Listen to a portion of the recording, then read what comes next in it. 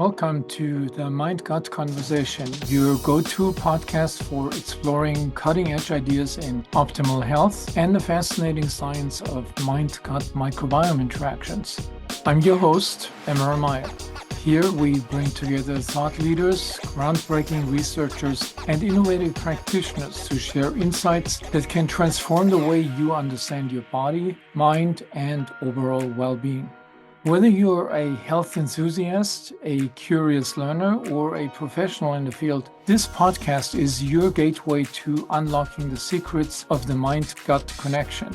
So settle in, open your mind, and join us as we journey into the science and stories shaping the future of health. I'm Emeran Mayer. I'm a gastroenterologist, scientist, and author. Over the past 45 years, I have seen thousands of patients with brain-gut disorders and have published 450 papers on this topic in reputable journals. In this special edition of the Mind Conversation podcast, I want to talk about 5 topics that are often discussed about in this context of brain-gut interactions and in which I have opinions which often deviate from the official opinions of people in this field. So the topics I want to talk about: SIBO, the low FODMAP diet, the fact that IBS is not a gut disorder, but a disorder of brain-gut interactions, and that the current chronic disease epidemic that is affecting millions of people cannot be treated simply with medications, but requires significant lifestyle modifications. So let me start with SIBO, Small Intestinal Bacterial Overgrowth. This has become a household name. When I trained 35, 40 years ago, this was a condition well recognized amongst gastroenterologists, but very limited to a number of patients that had a compromised small intestinal motility, leading to an overgrowth of bacteria in areas of the gut where they normally only occur in very small concentrations. So microbes inhabit the gastrointestinal tract, not just in the colon, but all the way from the oral cavity through the esophagus, the stomach, small intestine, increasing in concentration and numbers towards the end of the small intestine, the ileum, and then reaching the highest density in the colon.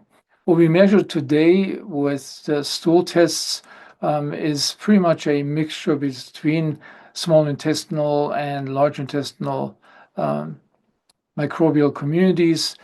And since the dominant numbers are in the colon, this measure is certainly biased towards the colonic microbiome.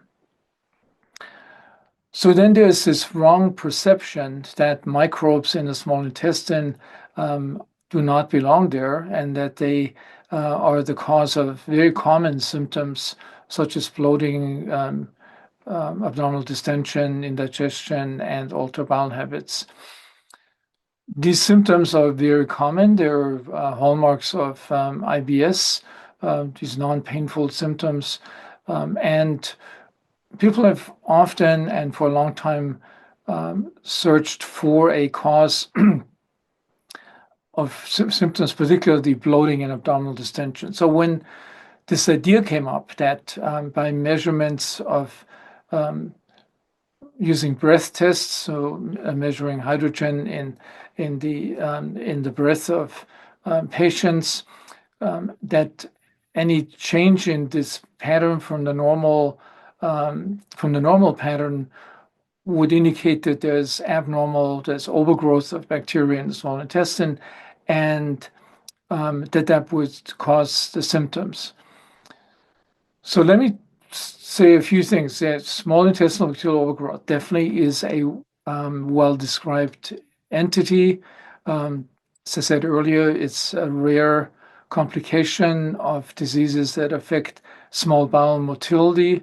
So the contents that normally go through the intestine fairly rapidly stay longer because they can't be propulsed, and then that facilitates the growth of bacteria, an increase of bacterial populations that are normally there anyway.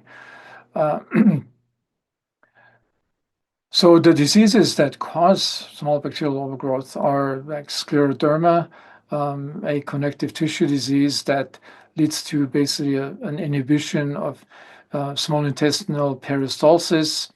It's also can be a truncal or total vagotomy that used to be done commonly for peptic ulcer disease. And there's a few other rare diseases where this, like intestinal pseudoobstruction, where this is a serious problem. Now, why does this happen when small intestinal peristalsis is compromised? It happens because normally the small intestinal peristalsis and the fasting pattern of motility in the small intestine are very powerful mechanisms to clear the small intestine from the duodenum all the way down into the ileum from unnecessary and abundant excessive amounts of bacteria. So in a person who has normal motility, and I say a few words of this in just a minute, it's not a good habitat for microbes to make a home because they're always being pushed down further towards the end of the small intestine and then into the colon. So the mechanism that is particularly powerful in cleansing the small intestine from unnecessary both inhabitants but also food elements that have not been absorbed is the fasting activity, the so-called migrating motor complex, a very powerful contraction that goes from the duodenum, first part of the small bowel, all the way down to the end of the colon. It's so powerful that it's been compared to the force of a nutcracker cracking a walnut, for example. This powerful wave of contraction slowly moves down the small intestine and clears everything that's in it when you have fasted. It kicks in 1 to 2 hours after the last food intake. So this happens typically during nighttime because our eating habits have sort of incorporated snacks throughout the day. So every time you eat a snack, it's interrupted. So you can almost assume that in most people who are not on particularly fasting regimens, this mechanism happens during sleeping hours. Eating a late meal, like after midnight, will shorten the time that the gut has to perform its cleansing functions. Obviously, getting up during the night and snacking is one of the worst things that you can do. So we have our inbuilt mechanism to cleanse the small bowel from unnecessary or excessive numbers of microbes. A normal number of microbes will always live there. It's their habitat, and they play very important functions, particularly in the end of the small intestine, metabolizing, for example, bile acids or polyphenols, these large molecules that we ingest with fruits and vegetables into smaller components, which can then be reabsorbed in the ileum. So 2 lessons from that. One is gut microbes live in the small intestine in a normal condition. They perform very important functions of breaking down some food components and components that, like bile acids or estrogen hormones, that normally would not be absorbed into reabsorbable components. The second one is that we can interfere with this mechanism by dietary habits that don't leave the gut empty, alone, quiet, by snacking frequently throughout the day, or by getting up at night, in the middle of the night, and eating something, or also shortening our sleeping time because for most people, this is the time where that migrating motor complex does its function. So nature has really come up with a very elegant mechanism to prevent SIBO, prevent small intestinal bacterial overgrowth. And it's kind of amazing to me how all this science has been forgotten with this enthusiasm that this whole SIBO concept has generated. And one reason for that is obviously that if you have too many or the wrong bacteria in your small intestine, it's a good rationale for using an antibiotic to kill them or to suppress them. This is where this whole treatment paradigm came up, that if you have an abnormal breath test, which is, by the way, an unreliable way of measuring the exact concentrations and numbers of bacteria in your small intestine. So now, medicine and gastroenterology and pharmaceutical industry has come up with a new indication for an very expensive antibiotic.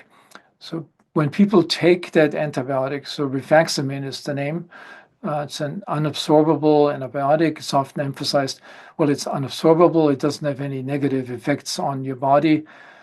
Well, it does have a negative effects on your gut microbiome. Any antibiotic taken even one time, and particularly repeatedly, which is the norm with patients that undergo this treatment, has a damaging effect and decreases the diversity, abundance, and richness of your gut microbiome, not just in the small intestine, but also in the colon. So people get temporarily better when they take a course of rifaximin, in my opinion, simply by decreasing the number of microbes throughout the GI tract, including the colon. Microbes as one of their breakdown components is gas production. When they break down complex carbohydrates, when that happens, when you decrease the normal gas production in the gut, patients will feel temporary relief, in particularly patients who have increased what we call visceral sensitivity, or an increased perception of events that go on in the gut, like distension, contraction, and amounts of gas.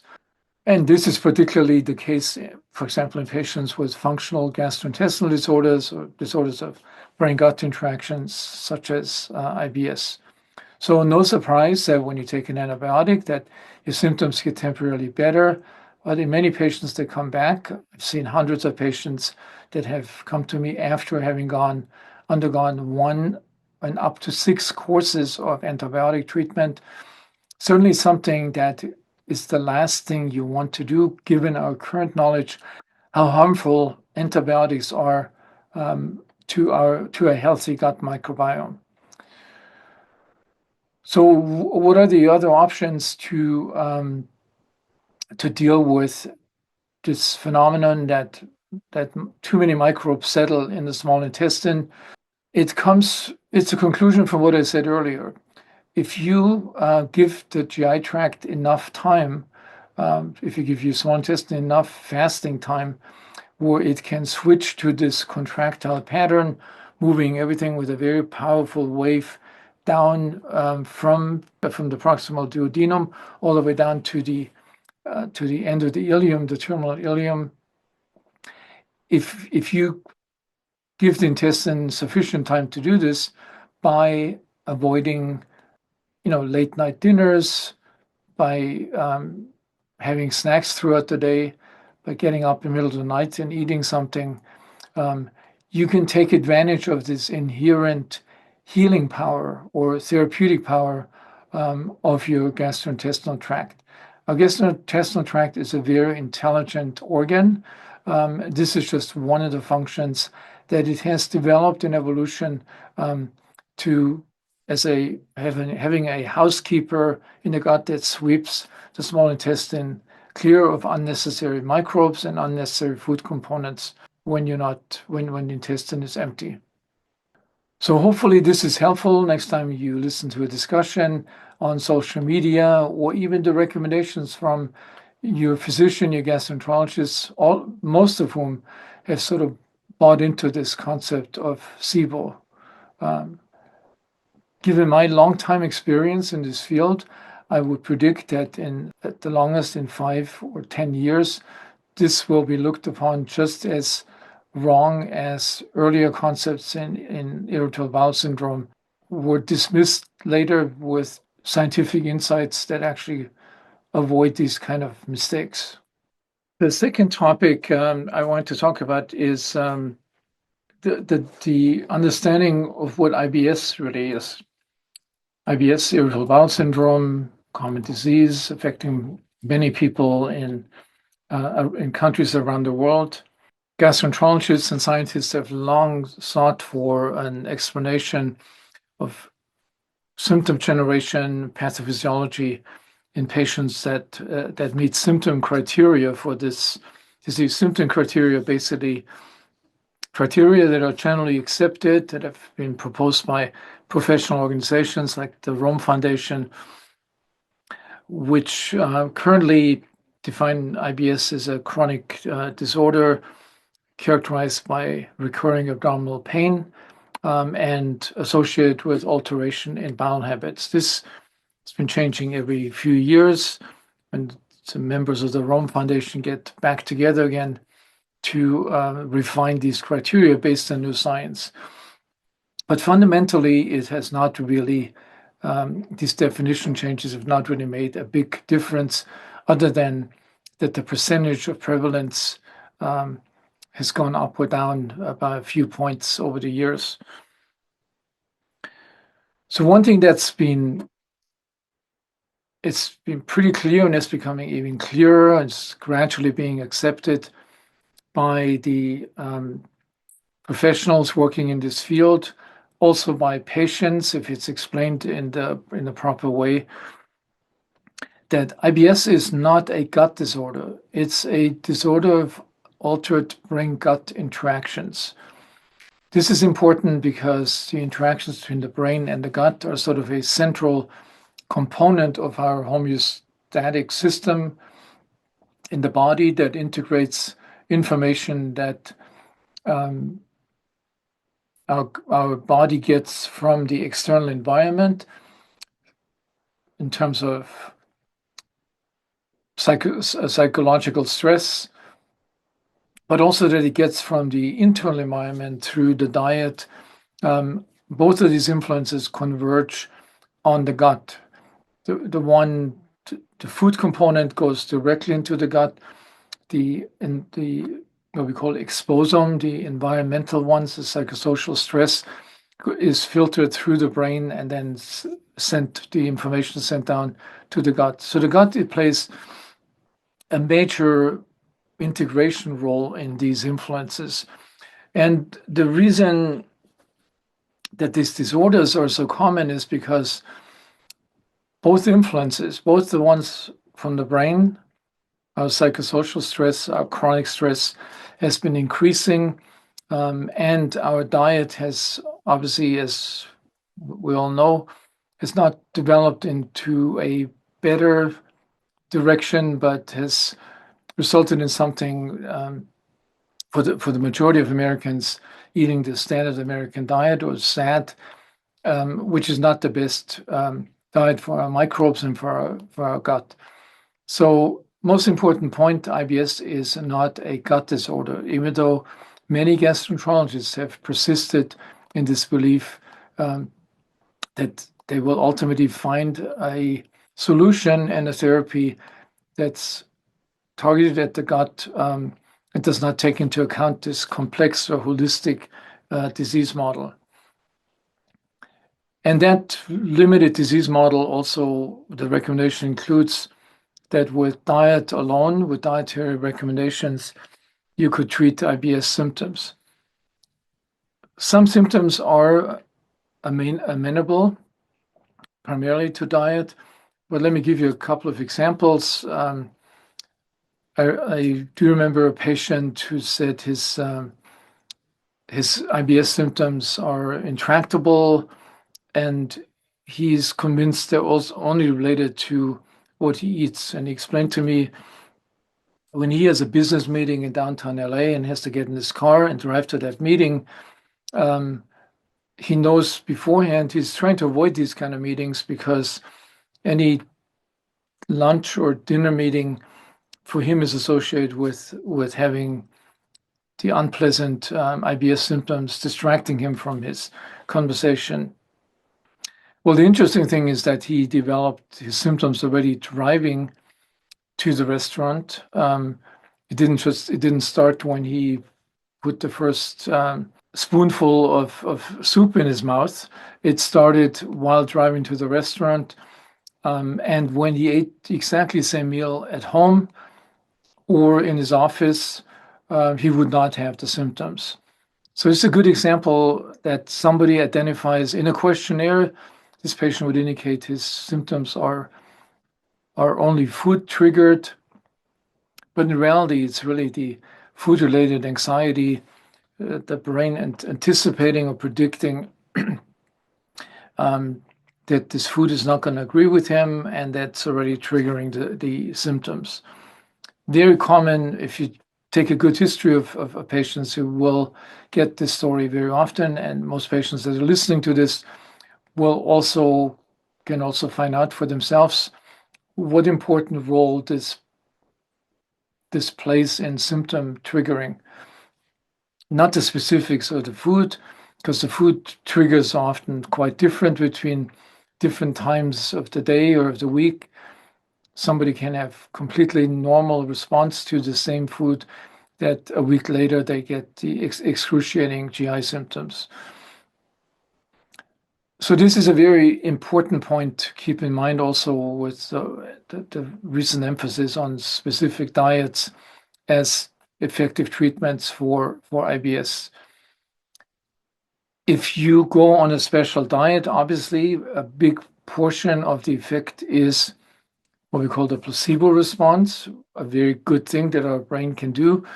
So if you're convinced that being on a diet and having eliminated 50% of your fruits and vegetables and milk products, that you will not have the symptoms, that alone could explain 50% of your improvement of your symptoms. It had nothing to do with what's in the actual consumed food.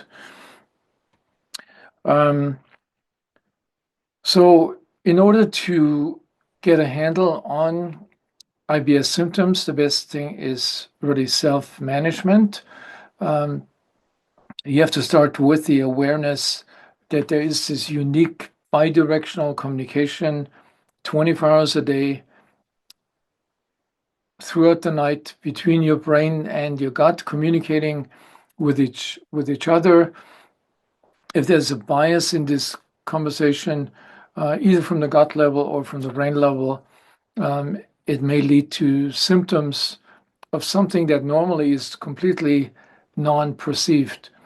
Keep in mind there's tremendous things happening in your gut throughout the day, but you can pursue a normal conversation, you can read a newspaper, you can watch the news, and it will not, whatever goes on in your gut will not interfere with these activities.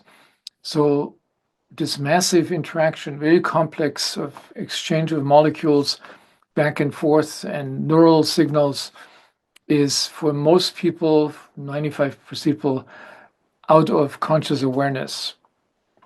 If that awareness increases, that for some reason the brain pays more attention, selective attention to what goes on in the gut, all kinds of symptoms can arise, with the most common one obviously being the hallmark symptoms of bloating, abdominal discomfort, pain, and the altered bowel habits.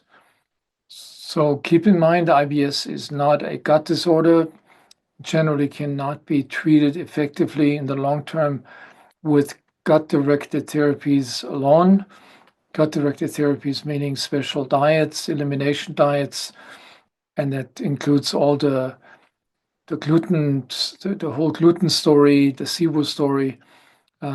It's a brain gut disorder, so you may want to start with the simple things, that is making sure that the signals that the brain sends to the gut or have a calming influence. So any type of relaxation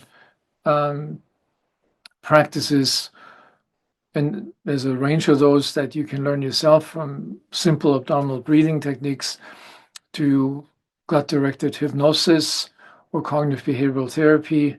In my opinion, that is number one. You have to be aware that both of these systems in your body play a role, and you start with the one that you have can relatively easily influence. Second one, obviously, you want to pay attention to your diet, and you want to personalize it, because not everybody has the same increased visceral sensitivity to items that enter your gastrointestinal tract. So, in my opinion, the best way, the simplest way, and this is what I recommend to all my patients, start with a diet that we know has probably the most well-documented health benefits, which is a Mediterranean diet, a traditional Mediterranean diet with 75% plant-based food, 25% animal products, mainly in the form of seafood and poultry. And once you go on this diet, you will notice that certain vegetables, legumes, fruits may cause an increase in your typical symptoms. Before you make any changes, it's good to keep a diary, see if this is a consistent phenomenon that with the same kind of plant-based food you actually trigger the symptoms. If it's inconsistent, it's very not related to the specifics of the food, but these other components, the anticipation, the stress you're in when you eat. But once you identify certain foods, and in general, I would say this is not going to be more than 5 food items that will consistently trigger your IBS symptoms. The next step is, and you should probably continue your diary, eliminate those food items for 2 weeks and see if this makes a consistent difference, a decrease in your symptoms. If it does, you have 2 options. You can either decrease the amount of that food in the future, or you may have to eliminate it completely. So this leaves you with the currently generally agreed upon healthiest diet for your body, for your brain, the Mediterranean diet, which is then personalized because you leave out the 1 or 2 components that trigger your IBS symptoms. Those components typically in IBS would be related to dairy products. And there's a very simple reason for that, because milk, the lactose, the milk sugar, requires a specific enzyme to break it down in the gut. This enzyme is called lactase, and is produced in small intestinal cells. And that enzyme is markedly decreased or absent in the great majority of adult people on the planet, with the exception of some Scandinavian and Inuit people in the northern part of the hemisphere. So milk products, unfermented milk products, are definitely not a good thing for your gut. If you love milk, there's obviously many milk substitutes, plant-based milk substitutes now, and also fermented milk products, which in many people that have lactose or lactose deficiency are much better tolerated. So first deal with a simple thing that's not a disease, not an abnormality. It's the normal change in an adult that our guts have not developed to process dairy products. It's something that's important for the newborn and for the infant to get sufficient nutrition and specific nutrients, but it's not designed by nature to be a major food source in the adult. The second category are also fairly easy to identify, the so-called polyols, or sugars, or sugar alcohols that are contained in sorbitol and mannitol, chewing gum, and you should avoid those kind of food components if you're a big consumer of those. That's another easy one to do without really making a major change in your diet. Then we have the sugars that are contained in fruits and vegetables as fructose, fructans, and galactans. These are large molecular structures, many sugar molecules connected to each other, forming a long string of these sugar molecules. That these molecules are actually the food for your microbes. Your microbes thrive, the diversity and the richness of your microbes thrive on these kind of complex sugars, and they are a major component of the Mediterranean diet.